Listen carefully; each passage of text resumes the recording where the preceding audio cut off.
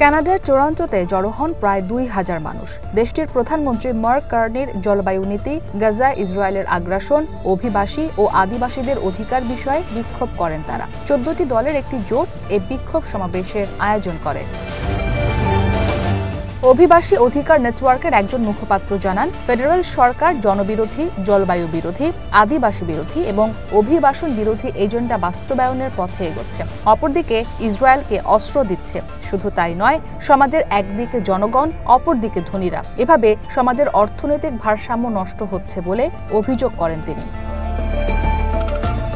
June মাসে পাশ হওয়া one Canadian economy act বিল C5 এর সমালোচনা করেন বিক্ষোভকারীরা। তারা বলেন, এই আইন পরিবেশ ও আদিবাসীদের অধিকার ক্ষুণ্ণ করে। এছাড়া বিল C2 অনুযায়ী দেশটির সামরিক খাতে খরচ বাড়ানো এবং ফেডারেল ব্যয় কমানোর পরিকল্পনার বিরোধিতা। ইসরায়েলের উপর পূর্ণ অস্ত্র নিষেধাজ্ঞার আহ্বান জানানো হয় সমাবেশে। টরন্টো ছাড়াও অটোয়া, মন্ট্রিয়াল, ভ্যাঙ্কুভার সহ বেশ কয়েকটি স্থানে মার্ক কার্নির নীতির বিরুদ্ধে প্রতিবাদ সমাবেশ হয়।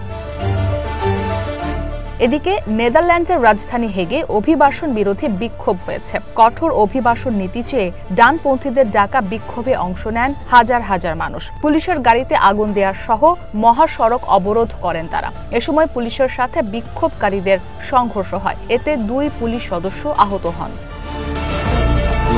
বিক্ষোভকারীদের ছত্রভঙ্গ করতে ও পরিস্থিতি নিয়ন্ত্রণে আনতে টিয়ার শেল ও জল কামান ব্যবহার করে পুলিশ।